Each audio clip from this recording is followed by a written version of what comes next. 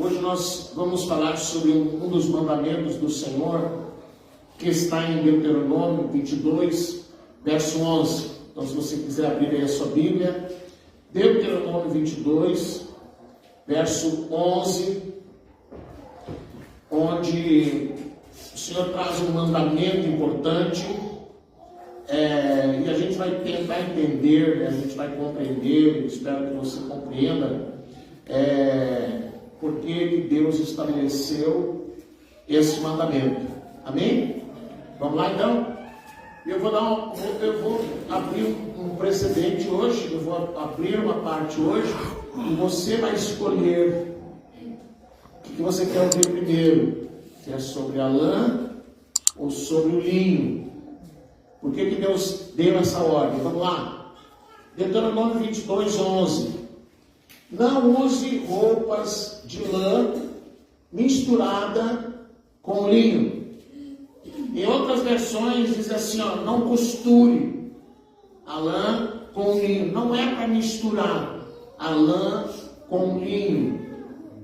A gente sabe que algumas coisas na palavra de Deus parecem que estão lá assim de uma forma aleatória. E a gente lê, a gente não entende cultura, a gente não entende costumes da época da Bíblia. Até tem um livro muito bom que fala dos costumes bíblicos. Se você puder procurar, é muito bom. Nessa série aqui, desse capítulo 22 de Deuteronômio, Deus ele fala de 3 coisas que não podiam ser misturadas. 3 coisas, nós vamos falar de uma, tá? Mas ele fala de 3. Ele diz, por exemplo, não misturar espécies de animais. Não misturar. Então, por exemplo, você pega uma raça, uma espécie de ovelha, pega uma outra espécie de ovelha e misturar as espécies. Misturar, como hoje fazem, né? Você sabe que hoje muitos animais foram criados geneticamente, foram criados com misturas de laboratório, que saiu uma raça X de cachorro, por exemplo. Tá? Então, lá na lei, Deus disse, não é para misturar. Na mesma lei, também diz que não pode misturar espécies de plantas. Se você tiver uma plantação, e aí você planta nessa terra, não misturar espécies de plantas. Então, você pega um trigo, por exemplo, X, e aí você pega um outro lá, como tem hoje, por exemplo, transgênico, e aí você mistura isso e planta na terra. Então Deus disse, não pode misturar espécies de plantas, não pode misturar espécies de animais. E aí, do nada, vamos dizer, né? Do nada, porque a gente lê e diz assim, mas o que Deus mistura lá? Animal, aí ele vem e mistura planta, e agora vem com vestimento. Não misture, não costure o linho com a lã. Então, se está na palavra de Deus, não é uma coisa aleatória. Quem assistiu o episódio de quarta-feira, quando eu falei sobre o fermento, quem assistiu? Deixa eu ver. Quem é que pode me explicar aqui sobre o fermento?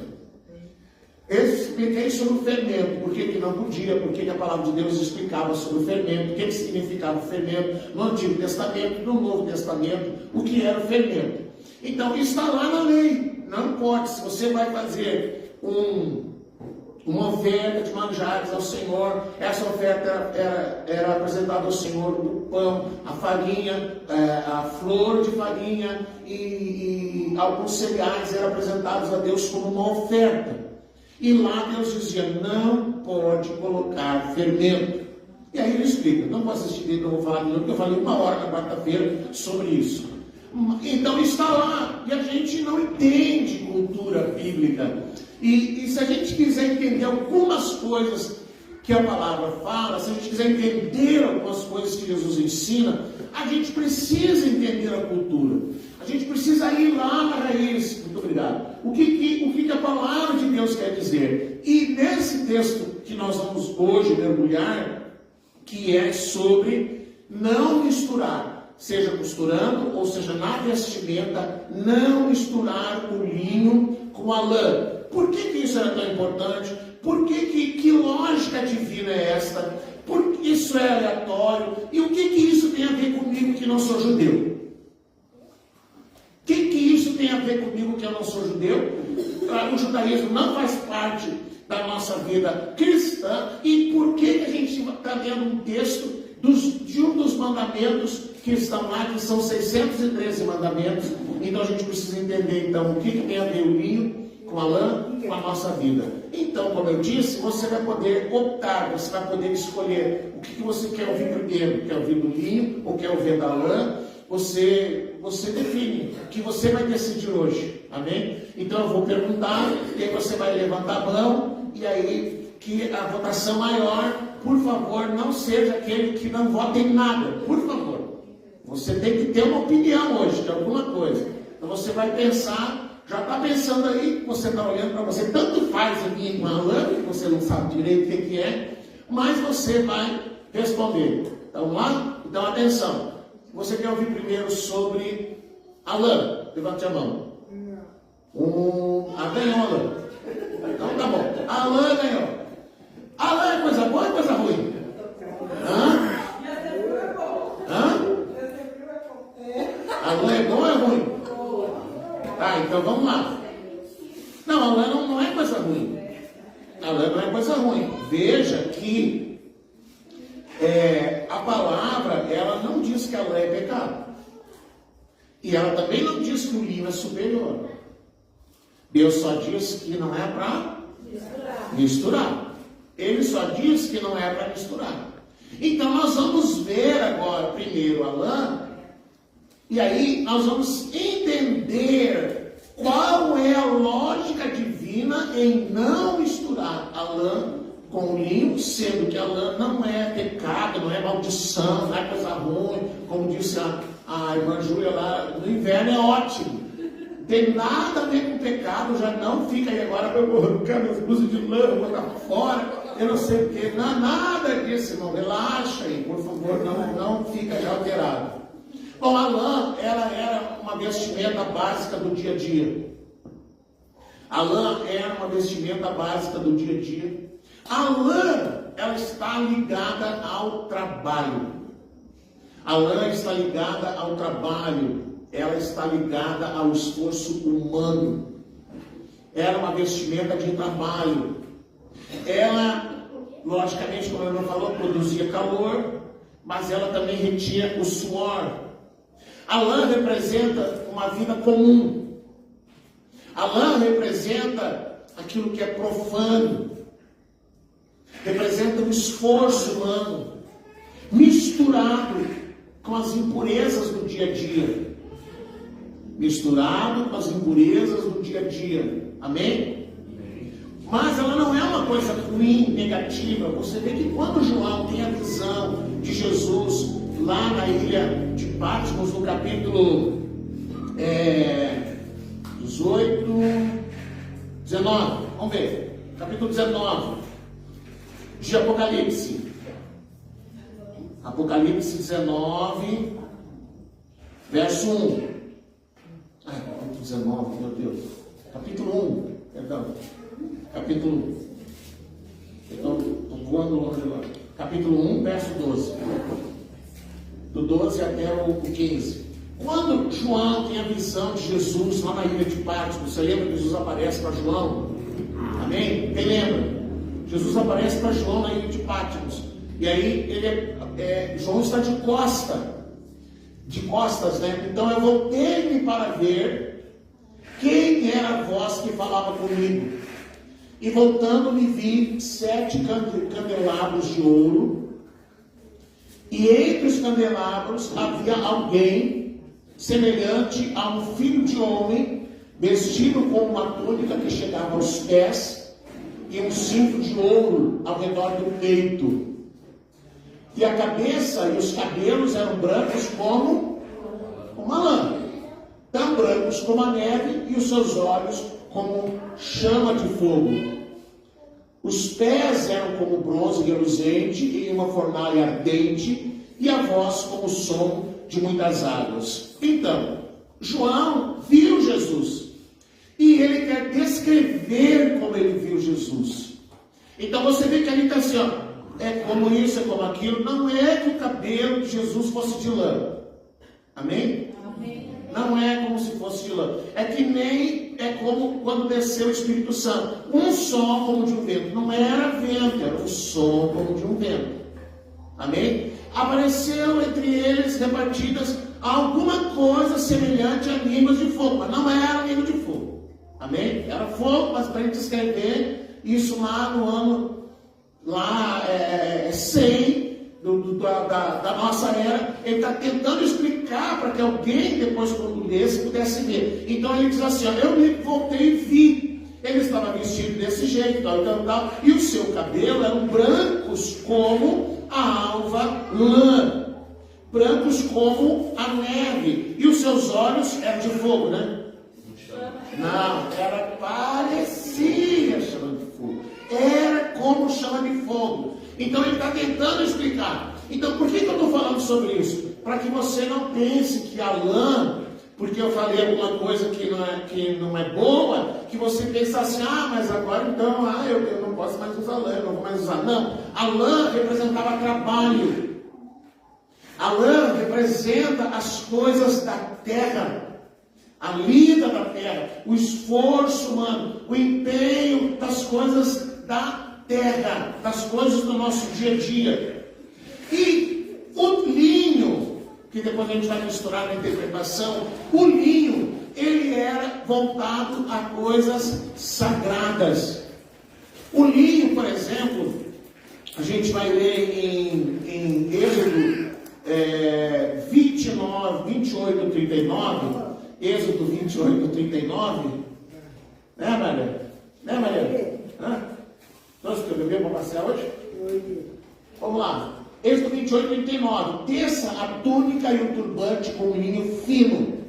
O cinto será feito como obra de bordador. Aqui Deus está entregando para Moisés como deveria ser a vestimenta do sacerdote. Amém? O sacerdote, ele deveria se vestir com uma vestimenta de linho. Em algumas versões diz linho finíssimo. Esse é o segundo livro da Bíblia. Tá? E o linho finíssimo, ele está associado ao que é sagrado, ao que é divino. Isso era tão importante que na vestimenta do sacerdote, até a roupa íntima, até, vamos dizer, a cueca que ele usava, também tinha que ser de linho fino. Mas isso significava o quê? Isso significava que representava a justiça e pureza. Então a lã representa o trabalho, o suor, o esforço humano. E o linho representa a justiça e pureza. Essa vestimenta do sacerdote, ela era um linho fino branco, brilhante e de linho puro. Você lembra de algum lugar na Bíblia, no Novo Testamento, que é citado fora, essa de Apocalipse que eu citei, que é citado o linho? Alguém lembra de algum texto importante, é muito importante, também é de Apocalipse, que fala do linho? Alguém lembra? As vestes. Vocês não são fracos, hein? Apocalipse 19, versos 7 e 8. Ele diz assim, vamos lá, Apocalipse 19, versos 7 e 8. Vamos nos regozijar, vamos nos alegrar e dar-lhe glória, porque chegou a hora do casamento do Cordeiro. Quem é o Cordeiro? Jesus. Ele vai ser o casamento do Cordeiro. Nessa versão diz que a sua noiva já se preparou. Na maioria das versões dizem que a esposa já se preparou. Tem alguém que diz aí na versão que a esposa se preparou? Alguém? Quem encontrou aí? Leu? O que diz aí, Fabiano? A noiva. Alguém diz esposa? A sua Bíblia diz esposa. Amém. Aqui na minha também. Mas nessa versão aqui, que é na NVI, diz a noiva já se preparou. Verso 8. E para vestir-se foi-lhe dado linho fino, brilhante e puro. Ora, o linho fino são os atos de justiça dos santos. Amém? Veja que lá a roupa do sacerdote representava a justiça, representava a pureza, representava a santidade. Lá no Apocalipse, quando a igreja vai se encontrar com Cristo, quando a esposa vai se encontrar com seu marido, Jesus é o noivo ou ele é o esposo? Ele é o noivo? Por que em Efésios, quando Paulo fala em casamento, ele toma Jesus como exemplo de marido? Porque ele amou a igreja. Ele fala, né? Maridos, amai as vossas esposas como Cristo amou a igreja. Cristo é um modelo de marido. E ele vem encontrar-se com a esposa. Não se ouve um mosquito voando agora. E essa esposa que virá vestida de linho fino, linho finíssimo, resplandecente e puro, que são os seus atos de justiça, os atos de justiça do santo. Agora, presta atenção. Essa esposa que vai se encontrar com Jesus, ela, como é que eu vou explicar para você? Ela é um coletivo. Porque a igreja, ela é o corpo de Cristo. Amém? Ela não é uma organização. Hoje, quando se fala de igreja, você pensa numa organização, um CNPJ, uma pessoa jurídica, uma denominação. Mas na Bíblia, quando ele fala de igreja, ela está falando de um organismo, de um corpo. O corpo de Cristo. Amém? Então, em São Gabriel, quantas igrejas existem? Quantas igrejas existem em São Gabriel? Quem acha que tem mais de uma? Quem acha que tem mais de uma? Quem acha que só tem uma? Tem gente que não acha nada. Só tem uma. Só tem uma. Por que eu digo que só tem uma? Porque você pega as cartas de Jesus para as igrejas. Ele dizia: escreve para o anjo da igreja em Éfeso. Ele não disse: escreve para a igreja lá no bairro tal, que funciona lá na casa de fulano. Não, a igreja na cidade. Então, na cidade de São Gabriel pode existir muitas organizações.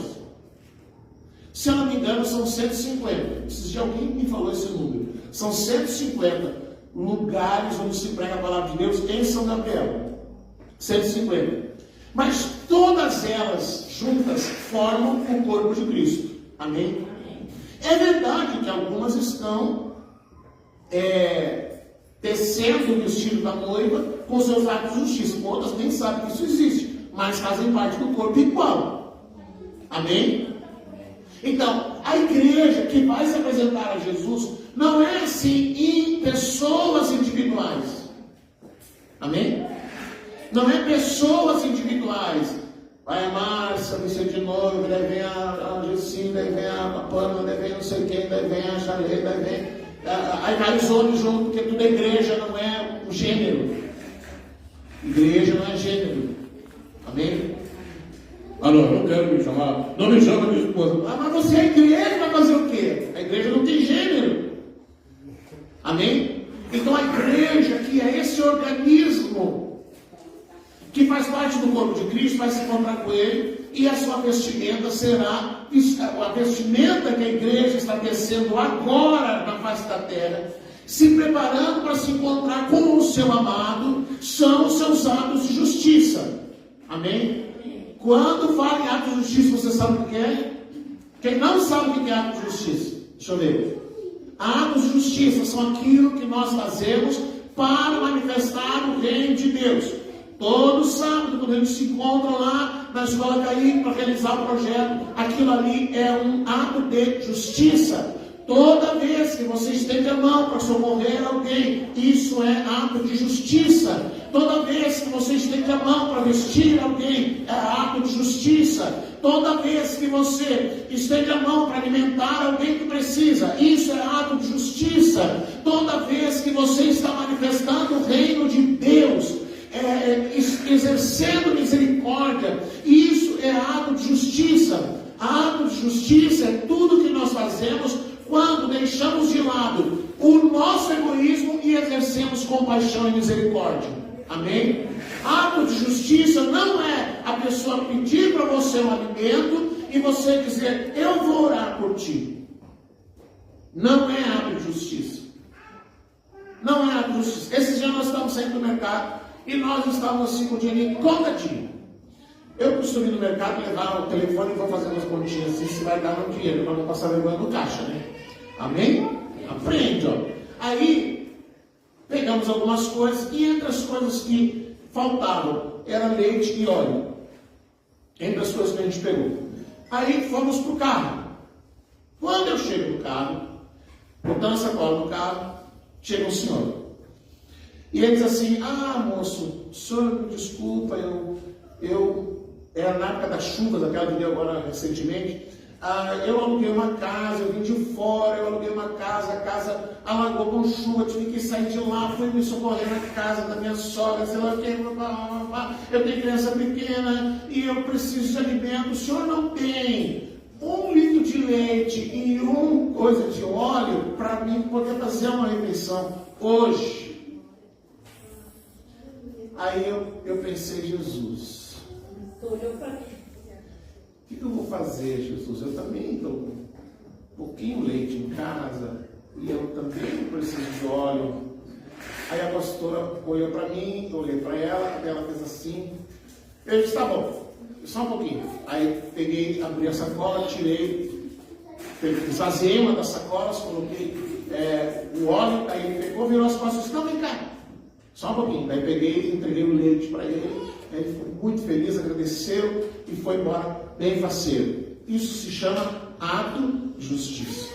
Os atos de justiça da igreja vão ser atenuantes no dia em que a igreja se apresentar diante do Senhor no tribunal de Cristo. Amém? Quando você chegar lá, a palavra diz assim, será exercido misericórdia para quem agiu com misericórdia. Então, se lá diante do Senhor você estava ferrado bonito, porque você pecou aqui, pecou ali, pecou lá, não se arrependeu, mas aí vem o Senhor e apresenta, não, mas pare um pouquinho, tem esses atos de justiça aqui. Isso significa que haverá atenuantes diante do Senhor, porque você praticou atos de justiça. Atos de justiça, irmão, é marca do reino de Deus, porque fora do reino de Deus todo mundo é egoísta. Amém? Não é verdade? É cada um por si e Deus por todos. Se você está passando necessidade, eu vou orar por ti, irmão, eu vou interceder por ti. O ato de justiça vai além de palavras. É um ato de justiça, é uma prática da palavra de Deus, é o que Jesus mandou fazer. E a mim Jesus ensinou quando ele disse, quando eu tive fome e me deste de comer, eu tive sede e me deste de beber, eu estive preso e foste me visitar, eu estive doente e vocês foram estar comigo, eu estive em tal situação, e eles disseram, quando, Senhor? Tem uma canção muito linda que fala disso, quando, Senhor, que o Senhor esteve fome, quando que o Senhor teve sede, quando que o Senhor estava nu, quando que o Senhor estava nessa condição? E ele diz, toda vez que vocês fizeram a um desses pequeninos, foi a mim que o fizeram. Uau! Então, toda vez que você estende a mão, você está manifestando o reino de Deus. E lá no livro da vida do Cordeiro está escrito lá, nesse dia, o meu filho, a minha filha fez isso aqui é uma justiça. E assim, a vestimenta da noiva vai sendo preparada para se encontrar com o Senhor. Que coisa linda, queridos, porque não é a questão de estar salvo ou não estar salvo, mas é o que essa igreja é corporativa, o que essa igreja é corpo de Cristo, organismo de Cristo na terra, fez na terra para manifestar o reino de Deus. Como eu costumo dizer, as pessoas estão cansadas de ouvir um discurso, elas precisam ver o discurso em prática. Então, quando a gente faz alguma coisa assim, a gente está demonstrando o que é ser um filho de Deus, o que é alguém que foi salvo e lavado no sangue do Cordeiro. Então, o linho, ele está associado a coisas espirituais, o linho está associado às coisas divinas, o linho está associado às coisas do céu, o linho está associado àquilo que é santo, àquilo que é puro, àquilo que é divino, àquilo que é sagrado. E agora você consegue entender por que não pode misturar o sagrado com o que é profano? Então, essa noiva que foi, essa esposa que foi ataviada, eu até fui atrás do significado de ataviar, enfeitar, adornar, vestir com esmero, perfeição, ou vestir com extremo cuidado. A noiva que vai se apresentar diante de Cristo, a esposa que vai se apresentar diante de Cristo, ela estará vestida de pureza e santidade. Por isso que nós, às vezes fica ser repetitivo. Eu vou lá na quarta-feira e eu tento não falar da religião, mas não tem como, para que as pessoas entendam a diferença do que é o reino e do que não é o reino. Porque a religião está profanando cada vez mais o corpo de Cristo, vendendo o corpo de Cristo, prostituindo o corpo de Cristo. E quando que faz isso? Agora houve um auê no mundo, porque a menina lá, a Nair Nani, alguém já ouviu falar da Nair Nani? Alguém já ouviu as canções dela? Alguém já ouviu algum podcast de entrevista dela? Uma menina da Angola. A menina se trancou no quarto e começou a orar, passou por um processo de libertação, se converteu e ela começou a compor canções.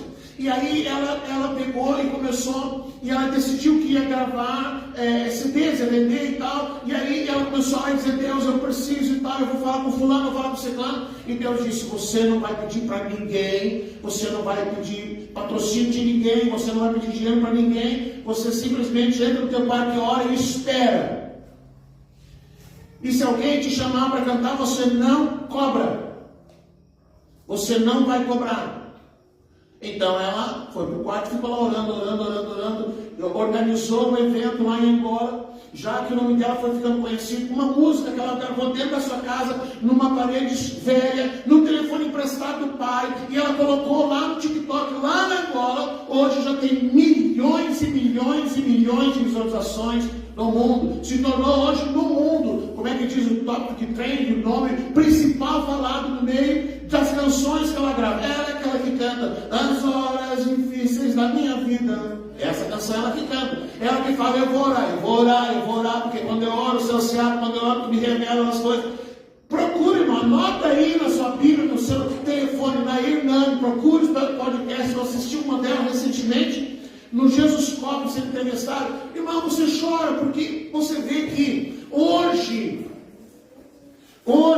se você quer chamar um pregador, fulano, eu quero que você venha pregar, a primeira coisa que vai perguntar: quanto é? Quanto é a oferta? Eu vi uma pregadora famosa dizendo, foi chamada para pregar numa igreja, e eles disseram assim: olha, pastor, vai ter um evento assim, tá. E aí a igreja se reuniu e nós conseguimos levantar uma oferta de R$2.000 para a senhora vir pregar uma noite, uma pregação, 2 horas, 3 horas que fosse. E ela disse: não, isso fora viagem, hotel, alimento, livre assim, 2.000. E ela disse: não, muito pouco aí, você não pode melhorar isso aí, não? Não, eu não vou sair da minha casa para ganhar R$2.000 de oferta. Não, por favor, não dá. Então, a religião está prostituindo a noiva. Você entende? A noiva está sendo prostituída, porque se cobra um preço para pregar o evangelho. Quem foi que recebeu um preço para levar as pessoas para Jesus? Quem foi? Judas. Judas recebeu 30 moedas de prata para levar até Jesus. Eu vou levar vocês para Jesus. Recebeu 30 moedas de prata. Agora, a noiva que Jesus vai buscar, a noiva que vai se encontrar com Jesus, ou a esposa que vai se encontrar com Jesus, ela vem vestida de linho, puro, finíssimo, brilhante, que significa santidade, pureza, justiça. A coisa está feia. A coisa está feia. Eu tive um bom tempo indo para o Uruguai, ia para lá, pregava, ficava 3, 4 dias pregando numa igreja, outra igreja, tal, mas nunca cobrei assim, preço é tal. Olha, irmão, se tem oferta, tem, se não tem. Se você não sabe no Uruguai o peso do Uruguai, sei lá, 1.000 pesos dá uns trocadinhos em reais. Amém? Então, eu pagava para ir lá pregar. Eu botava minha gasolina e ia. E aí, a única coisa que eu recebia, ele era muito bem tratado assim, era o alimento, comida excelente.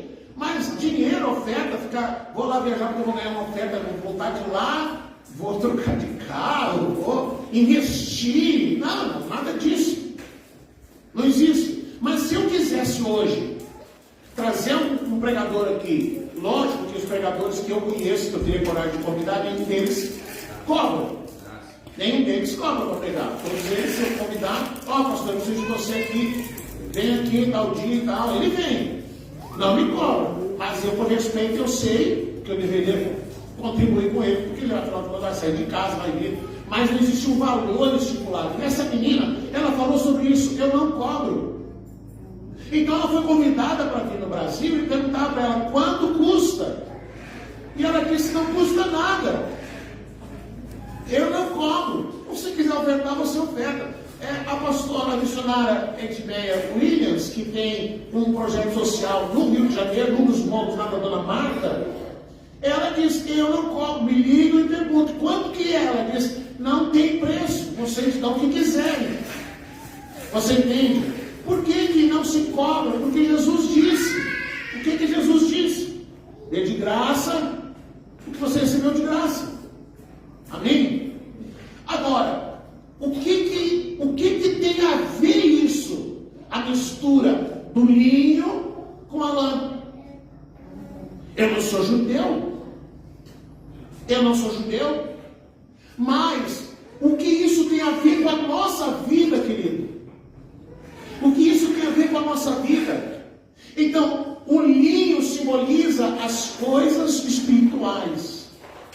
O linho simboliza a santidade e a pureza. O linho simboliza as coisas divinas. Por exemplo, você já leu na Bíblia que quando Jesus morreu, que eles brigaram para ficar com a túnica de Jesus, porque era uma túnica feita sem costura, ela era uma peça inteira. Que material era essa túnica? Era de lã ou de linho? E agora, Jesus? Era de lã ou era de linho? De linho. Quem falou linho?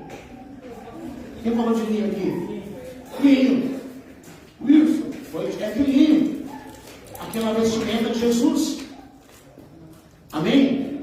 A vestimenta de Jesus era de linho. Agora, o que isso tem a ver com a minha vida e com a sua vida? Vamos então interpretar o que a palavra está dizendo. Até agora nós construímos um pensamento, até agora nós construímos uma mentalidade, até agora nós conseguimos entender o significado da lã, o significado da linha, e agora vamos trazer essa palavra para a nossa vida hoje. O que isso tem a ver com a minha vida hoje? Eu não sou judeu, eu não uso essas vestimentas, isso não faz parte da minha vida.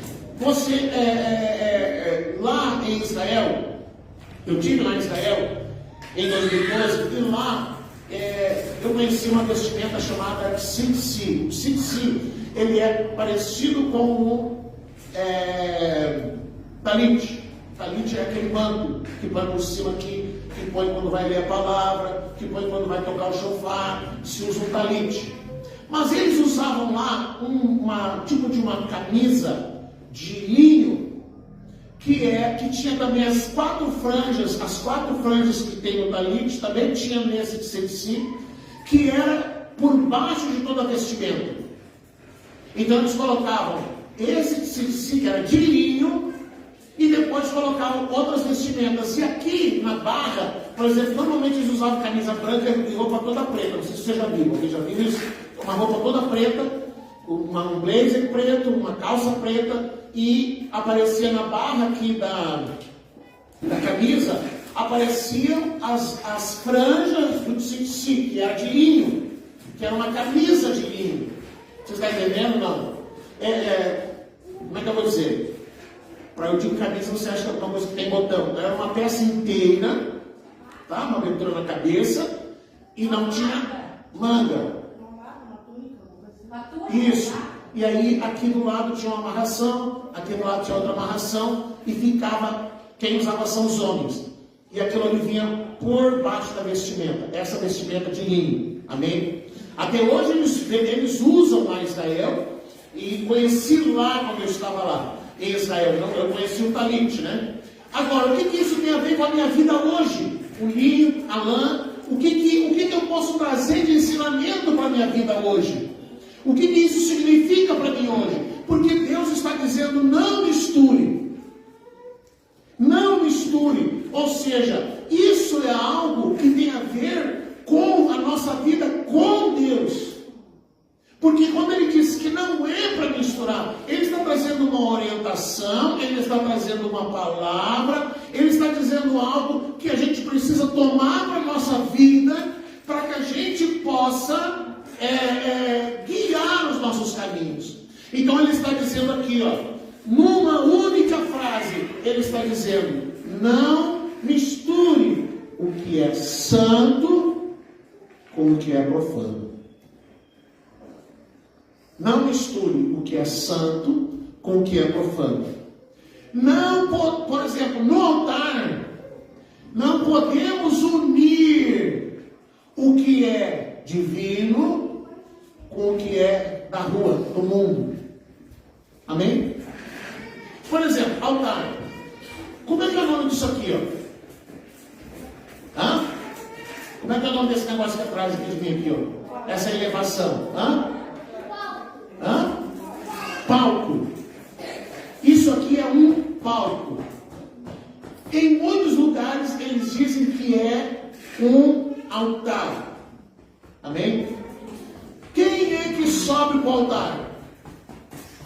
A Bíblia. Quem sobe para o altar?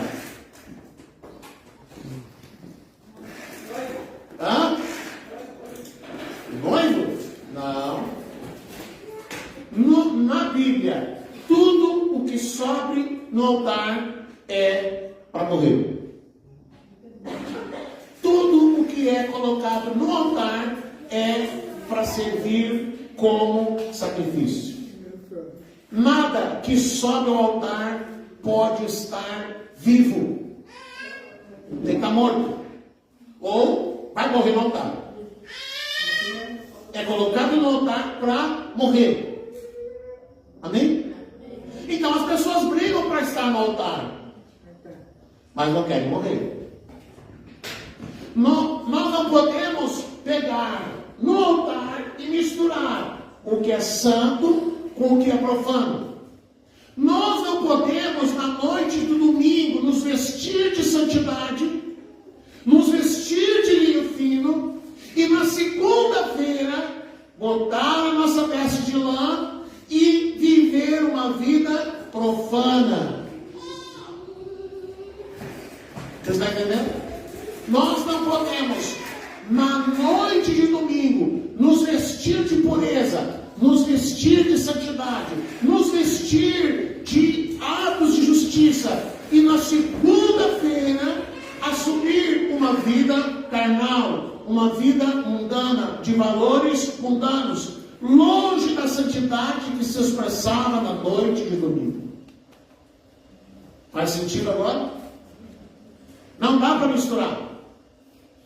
A palavra de Deus, ela diz assim, não pode uma mesma fonte jorrar água doce e salgada.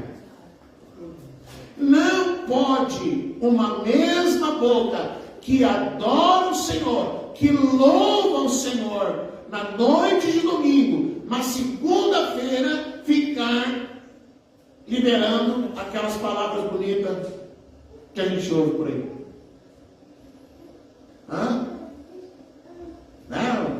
O cavalo da carruagem de farol. Essas coisas assim, Não vou dizer que tem criança aqui, se você não é o pastor falou. Nós não podemos, por exemplo, quando eles iam No Santo dos Santos, quando eles iam ao templo, a vestimenta para ir ao templo não era lã, era o linho. Amém?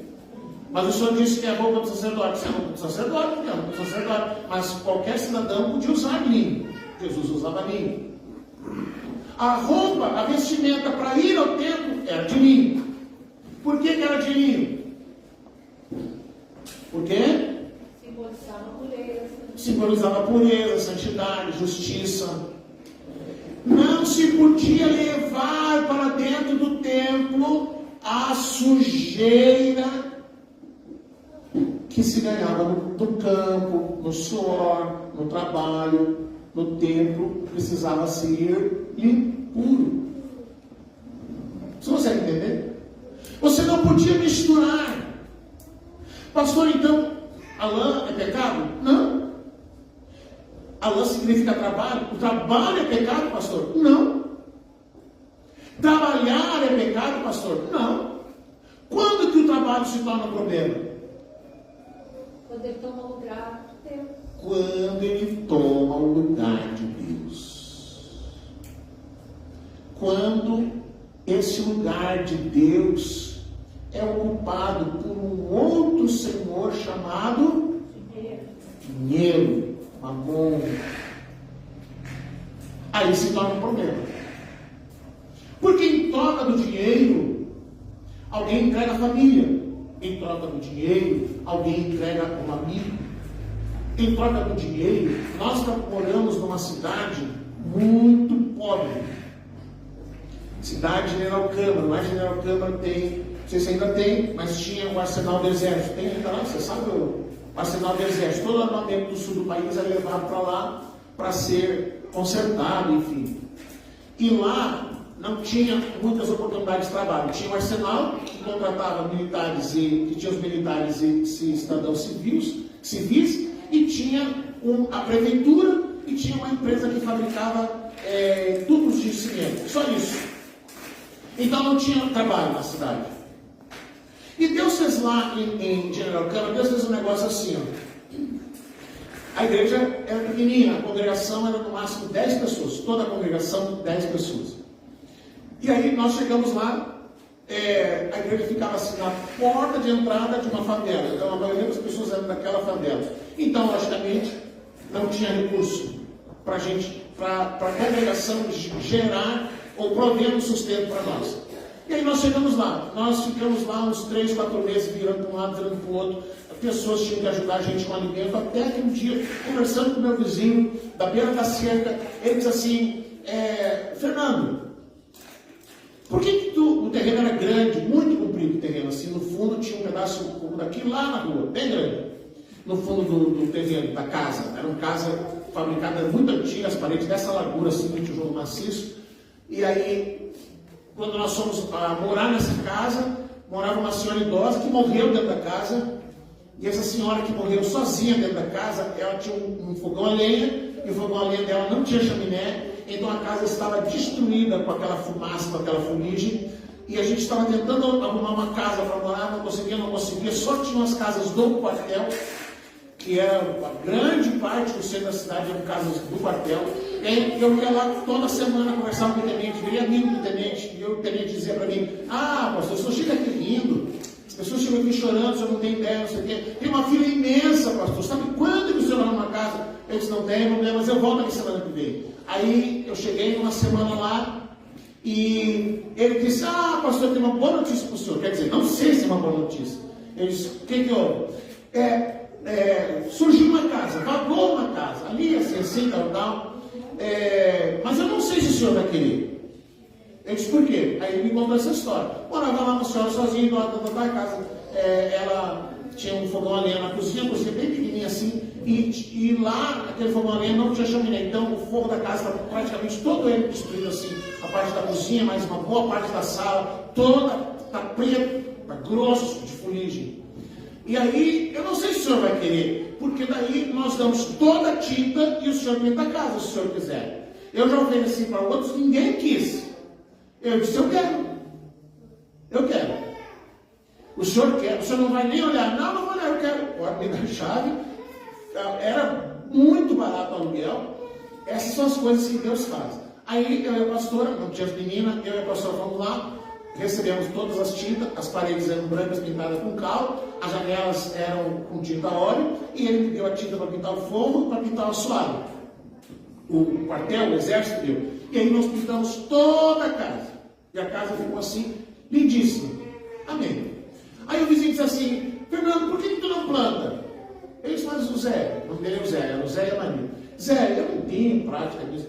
Não, mas eu te oriento, tu planta. Aí fui lá, comprei semente, virei a terra, toda aquela extensão assim, fiz as hortas.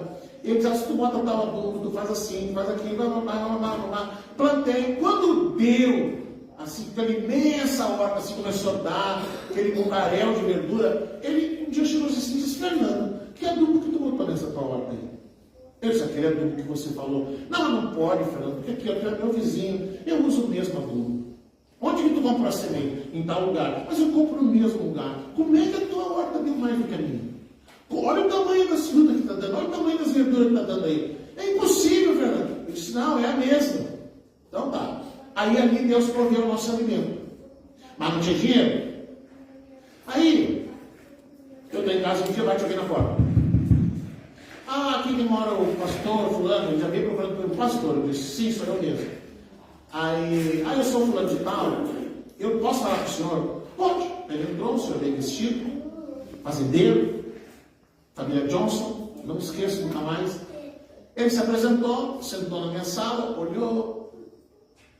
Eu vim aqui porque eu fui lá na loja de tintas e eu pedi, aí eu comecei a trabalhar com pintura. O Zé disse assim, Fernando, eu vou te indicar, quando aparecer pintura, eu te indico, daí tu começa a trabalhar com isso. Daí eu comecei a trabalhar com pintura. Você dava uma salinha, um quarto, uma parede, tá.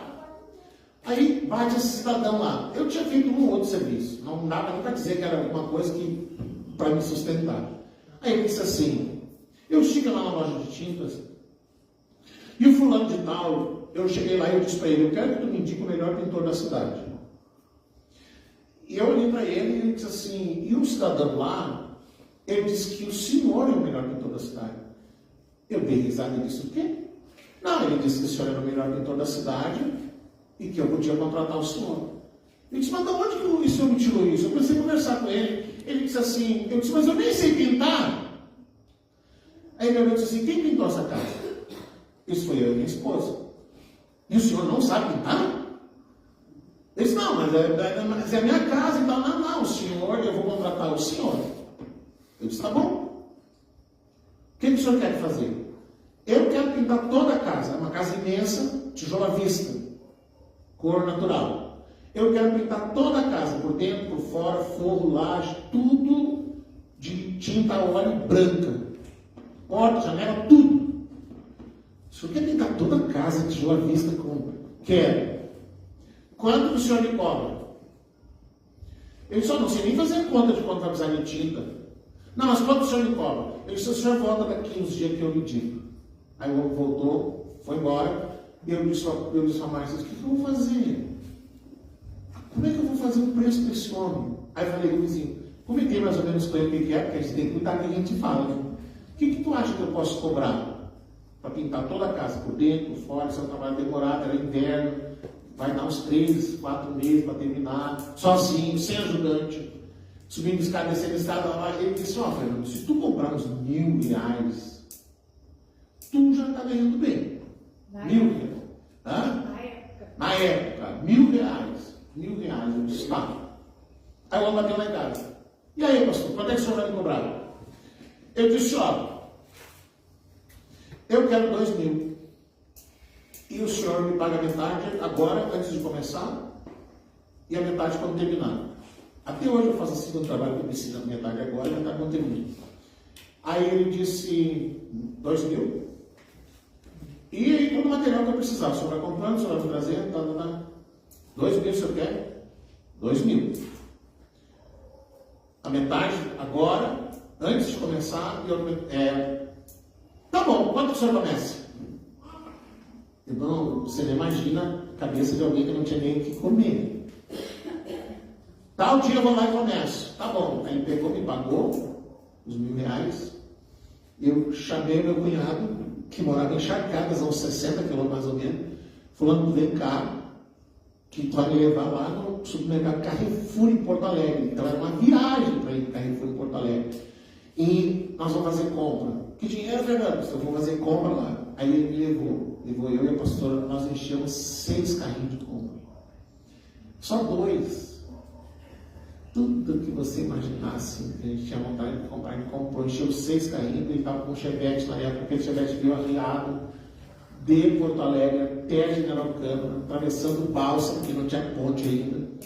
E ali Deus me abençoou nesse trabalho. Até o tempo que eu fui embora de General Câmara, eu trabalhava só com a classe alta da cidade. Era médico, eram coronéis, eram empresários, era não sei o que. Ali Deus proveu. Amém? Mas esse trabalho não me impedia de servir ao Senhor. Amém? Quando é que o trabalho se torna um problema? Quando nos impede de poder servir ao Senhor, de manifestar o reino, enfim, eu começo a ficar na loucura de ganhar e correr atrás só dos meus projetos, dos meus sonhos e abandonar as coisas que são do reino de Deus. Aí se torna um problema. Aí a lã se torna um problema. Hoje, agora, nesse ano de 2025, eu estou fazendo uma negociação com o Senhor, porque eu preciso parar de trabalhar com as piscinas. Eu preciso parar de trabalhar. Eu já estou falando com meus clientes, eu vou parar. Mas o senhor vai parar? Vou parar. Por que o senhor vai parar? Porque eu vou parar. Vai ser minha última temporada e eu vou parar. Por que eu preciso parar? Primeiro, por causa da minha saúde. Segundo, porque eu quero escrever. Eu quero me dedicar às coisas do reino. O que Deus vai fazer? Eu não sei, porque o trabalho é minha fonte de renda. E se eu não trabalhar, eu não como. Mas eu vou parar. E eu já estou conversando com o Senhor. Senhor, o Senhor vai ter que dar um jeito. Como é que o Senhor vai fazer? Eu não sei. Mas eu vou parar. Eu vou parar. O Senhor vai movendo aí o céu, vai vendo o que o Senhor tem que fazer. Mas eu vou parar. Porque eu quero me dedicar exclusivamente à oração e à palavra.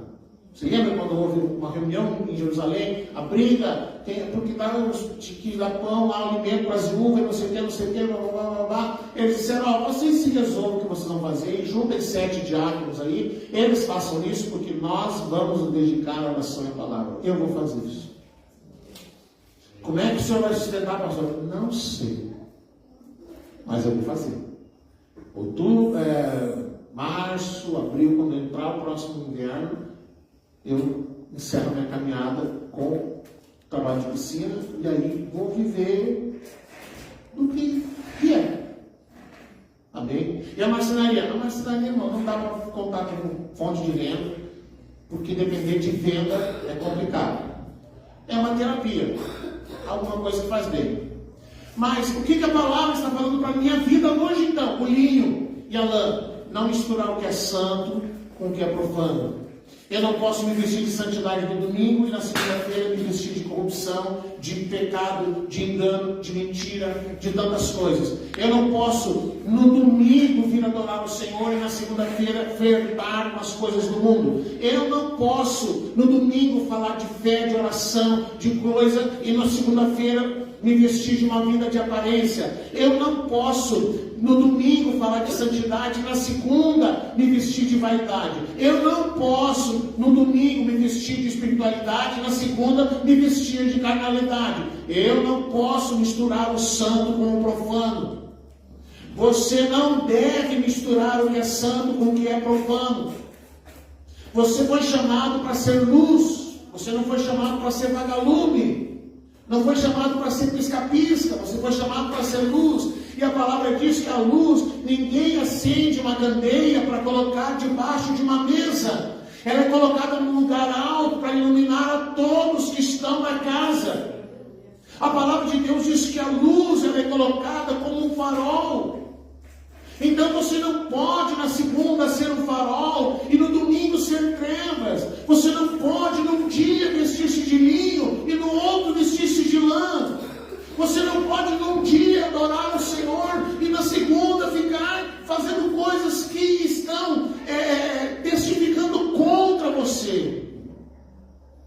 Então, quando nós olhamos para o significado dessas coisas, você não pode no domingo olhar para aquilo que é eterno e na segunda firmar os seus pés naquilo que é terreno. Não dá. Não dá para misturar. Você tem que focar, afinal de contas, o que você é. Afinal de contas, qual é o tecido que você está vestindo?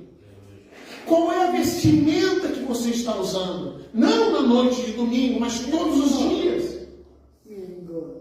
Qual é a vestimenta que você está usando? O Senhor tem o teu coração por inteiro ou por parte? O que Ele tem? Porque no céu, na glória, na eternidade, não vai ter lã, vai ter linho fino. Essa lã não vai para lá. O que vai para lá é o linho fino. Então, tem a ver com a nossa vida? Tem a ver. Você consegue entender por que Deus diz para não misturar? Porque nós não podemos misturar. A gente tem que chegar diante do Senhor e abraçar. Você sabe que a igreja desse tempo, a igreja do tempo do fim, é essa igreja. A igreja do mundo, que hoje, que está na terra hoje, a igreja que está vivendo na terra hoje, é a igreja do tempo do fim. Se você prestar atenção, se você ouvir alguns pregadores que falam sobre o relógio de Deus, esse relógio de Deus, que hora que o noivo vem? Meia-noite. Os grandes estudiosos fizeram há muitos anos um relógio, e nesse relógio eles foram marcando o cumprimento das profecias, todas as palavras liberadas, até chegar à meia-noite.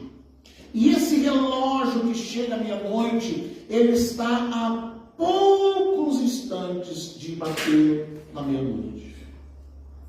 Se você ouvir alguns pregadores, eles estão dizendo: nós já estamos no tempo, no período das dores. Outros já disseram: você fala, o pastor está estudando os cavalos do Apocalipse. Os cavalos do Apocalipse já marcharam sobre a terra. E eles confirmam e apresentam a palavra, dizendo: veio a peste, veio a fome, veio isso, veio aquilo, veio a guerra, Os cavalos do Apocalipse já estão andando sobre a terra, porque eles vêm e não vão embora. Tudo está se cumprindo. Irmãos, esse não é o tempo de nós ficarmos olhando para o mundo e enamorados com aquilo que o mundo tem para nos oferecer, vendendo a nossa fé, negociando a nossa fé, porque nós queremos isso, queremos aquilo, queremos aquele outro. Quando eu falei sobre o trabalho, eu decidi não negociar com o amor. Eu decidi não negociar. Lá atrás, quando surgiu o Ministério da Vida, eu sentei e disse: nós não vamos fazer campanha de prosperidade, nós não vamos distribuir envelope pedindo oferta, nós não vamos fazer campanha de prosperidade, nós vamos ser contra a cultura. Qualquer lugar que você entra hoje, vai ter alguém fazendo uma campanha disso, campanha daquilo, pedindo oferta para isso, pedindo oferta para aquilo, pedindo não sei o quê. Eu decidi não fazer isso. Pastor, o senhor decidiu certo, isso foi bom para mim, porque eu tenho caráter, eu tenho paciência, eu tenho tranquilidade, eu posso deitar minha cabeça, sem a preocupação de ter explorado uma viúva, de ter explorado alguém, um trabalhador que às vezes não tinha que comer, e que acreditou numa promessa que tivesse dado a ele, de que haveria prosperidade na vida dele, desde que ele trouxesse uma oferta, porque lá na Bíblia tem uma promessa que diz que receberia 100 vezes mais, mas a promessa de 100 vezes mais não se refere à oferta e a dinheiro. Muito bem. Eu decidi: pastor, o senhor se deu bem fazendo isso? Não. O senhor acha que fez certo? Fiz. Mas o senhor se deu bem? Não. Todo mundo cobra, não cobra? Eu estou escrevendo um livro, vou dar de graça. Quero me sentar para escrever outros livros, vou dar de graça, vou entregar PDF, não vou imprimir um livro físico que dá de graça, porque daí é demais, né? Mas eu vou entregar o material para quem quiser. Porque o dia que eu bater na caixinha e ir para para a eternidade, eu não quero levar comigo tudo que Deus me deu. Eu não quero levar comigo as coisas que Deus me deu. Eu queria que você entendesse assim, irmãos. Eu fiz, para mim poder fazer faculdade, para mim poder fazer o curso superior, eu terminei o ensino médio com uma prova do ISEJA, de tanto que a minha filha insistia, termina, porque lá atrás, quando eu terminei o ensino fundamental e eu comecei o ensino médio, eu desisti do ensino médio para poder ir para o curso de teologia. O meu curso de teologia que eu fiz era um curso básico. Dentro do curso de teologia, eu estava apto a lecionar qualquer matéria do curso. Depois, mais tarde, com o certificado do ISEJA, eu comecei uma faculdade de teologia, fiz 2 semestres, parei porque só estudava filosofia e desisti. Pelo meu nível intelectual de estudo, eu não podia ensinar nada para ninguém. Mas se alguma coisa Deus me deu, se alguma capacidade Deus me deu, se alguma condição de poder aprender, de poder ensinar, porque às vezes a pessoa aprende, mas não sabe ensinar, de poder ensinar com facilidade, isso foi o que Deus me deu. Eu não quero um dia morrer e levar comigo todas as coisas que Deus já me deu. Eu tenho lá 1.500 livros que eu já li, que eu já estudei sobre o reino de Deus, sobre coisas mais impressionantes do reino de Deus, irmão. E se um dia eu chegar aqui e sentar com você e querer pregar, por exemplo, sobre as 2 árvores do jardim, o que elas significavam, você ia pirar da cabeça, você não ia entender nada. O que a palavra de Deus ensina sobre os animais, a sua origem, a história dos dinossauros, quando você ia ficar louco, e o pastor louco sempre fez. Deus me deu a capacidade de entender essas coisas, mas eu não posso simplesmente não chegar aqui numa noite de domingo e querer ensinar para você alguma coisa que você não vai conseguir entender, e você vai dizer, não, agora o pastor enlouqueceu de vez, não dá mais para ouvir. Então eu tenho que ir ensinando aos poucos. Mas eu não quero de forma alguma, o dia que eu morrer, levar comigo aquilo que Deus me deu, aquilo que o Senhor me concedeu, aquilo que Ele me deu nesses 13 anos que eu venho estudando sobre o reino de Deus, e que me deu a graça de poder ensinar sobre isso. E aí, o Senhor ganhou dinheiro com isso? Não. O Senhor vai ganhar dinheiro com isso? Não. Mas eu quero ensinar. Eu quero poder ensinar as pessoas sobre o reino de Deus. Então, por isso que comecei a fazer a live. Uma das pessoas que ficava aqui me cutucando sempre era o Tade. Pastor, quando é que o senhor vai começar as lives? Pastor, o Tade me enxergava e ele me perguntava, quando é que o senhor vai começar? Pastor, o senhor não pode, o senhor tem que ensinar, pastor. E aí, eu comecei. Já estamos lá no 6º episódio. E é uma coisa gostosa poder ensinar no meio. Eu sei, irmãos, que as pessoas ouvem e elas ficam piradas, porque ela dá um negócio na cabeça. Não dá um negócio na cabeça? Aí o pastor puxa lá um assunto, pai, o tipo inteiro fica assim, dá choque. Aí a pessoa pira. Mas, mesmo que ela não entenda 100%, eu sempre digo, assista 2, 3, 4, 5 vezes, assista de novo, anote, assista de novo, anote, assista de novo e anote. Porque a mente religiosa tem dificuldade para entender o que é o reino de Deus. Eu tive dificuldade, irmãos. E porque alguém teve paciência comigo para me ensinar. Então eu tenho paciência com você. Eu tenho paciência para ensinar para você.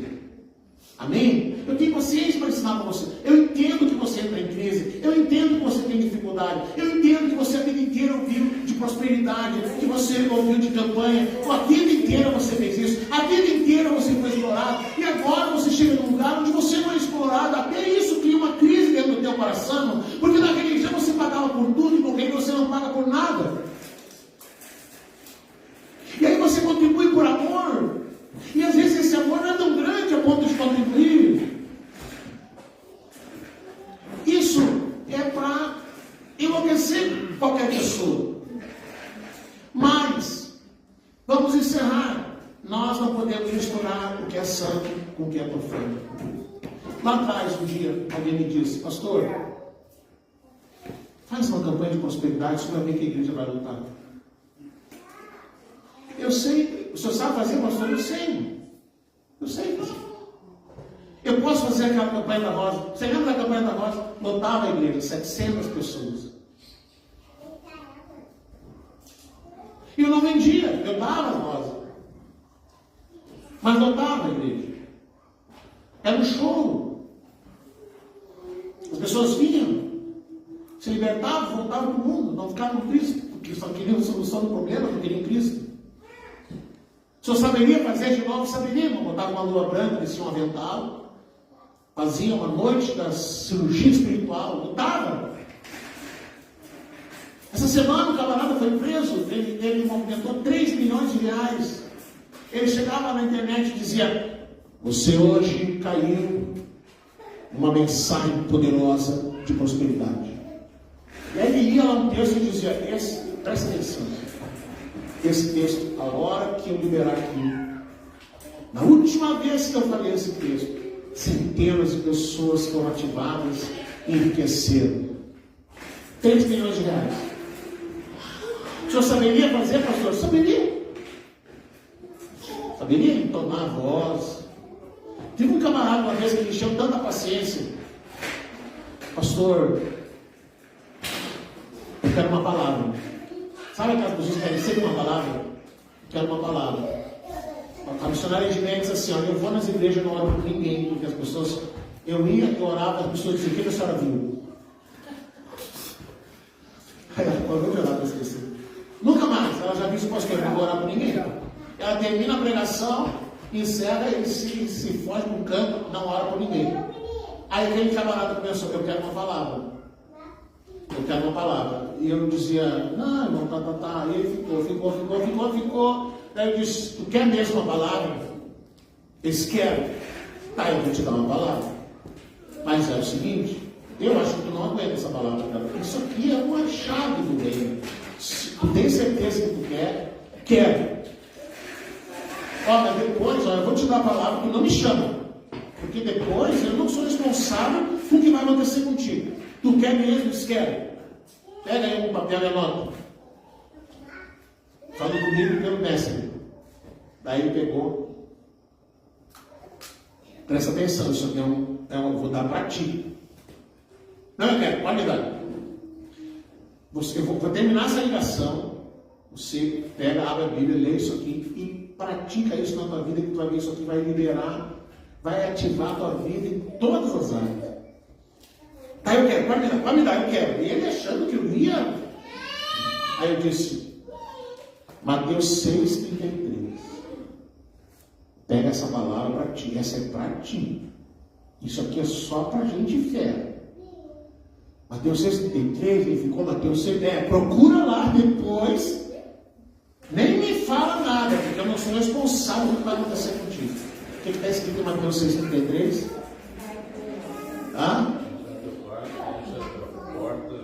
Coloca aí para nós aí, Priscila, Mateus 6,33.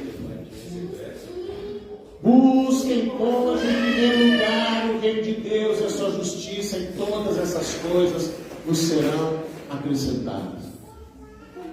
Pergunta para mim assim, ó: pastor, fala aí, pastor, quando ele lhe chamou para dar uma resposta? Nunca ele me chamou.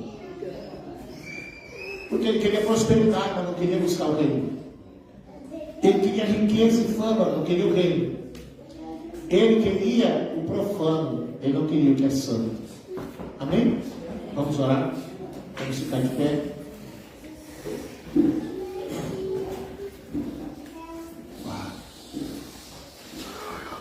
Aleluia.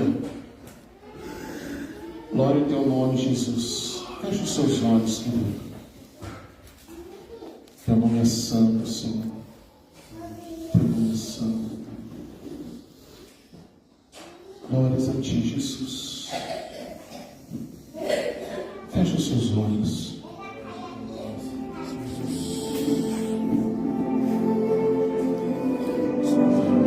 Feche os seus olhos.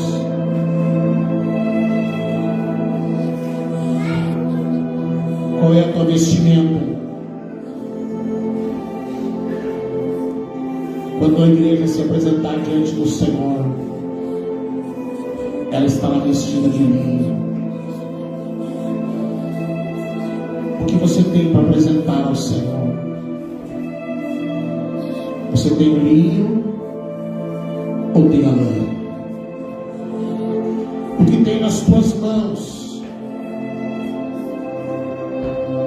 O Senhor com certeza tem te dado a oportunidade de manifestar o seu reino. O Senhor tem te dado a oportunidade de expressar o seu reino. A palavra diz: misericórdia eu quero. Misericórdia eu quero. Ah, o Senhor nos chama nesse tempo.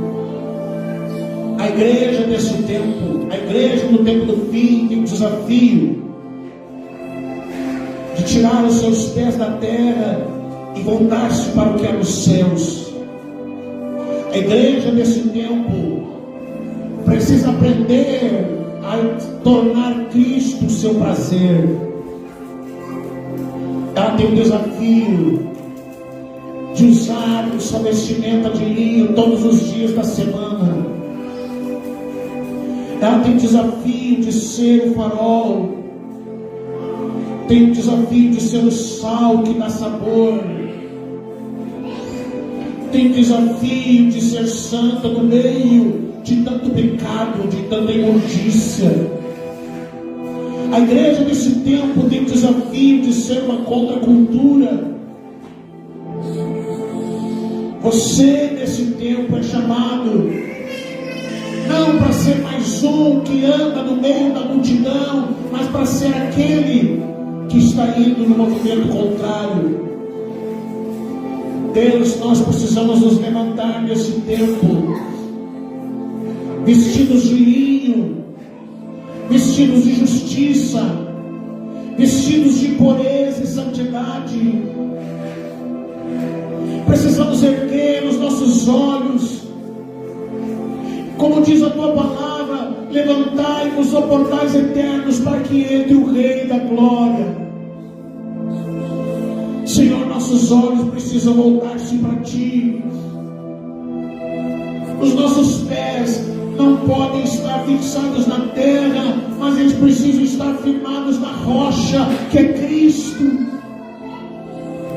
Senhor, é tempo de nós abandonarmos os valores da terra, abandonarmos aquilo que é profano, abandonarmos aquilo que contamina o corpo, que contamina a adoração, que contamina a vida que nós queremos viver em ti, por ti e para ti. Senhor, nos ajuda nesse tempo, Senhor.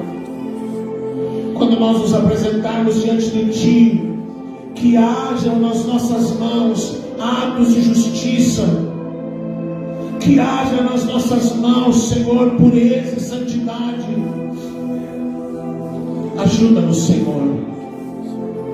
Ajuda-nos, Espírito Santo. Quebranta-nos, Pai. Quebranta no nosso coração, quebranta o nosso espírito. Quebra-nos, Senhor. Forma em nós o teu querer e o teu propósito, Senhor. Senhor, nos faz entender o teu Evangelho, porque o Evangelho é Cristo. O Evangelho não é sucesso, não é fama, não é dinheiro. O sucesso é Cristo. Sucesso é chegar na glória e ouvir Ele dizer: eu te conheço. Vem, meu filho, vem, minha filha, entra na glória do teu Senhor, entra no descanso do Senhor. Venha, meu servo. Senhor, ajuda-nos a ser a igreja desse tempo, Senhor. Ajuda-nos, Senhor, em nome de Jesus. Em nome de Jesus. Em nome de Jesus. Amém.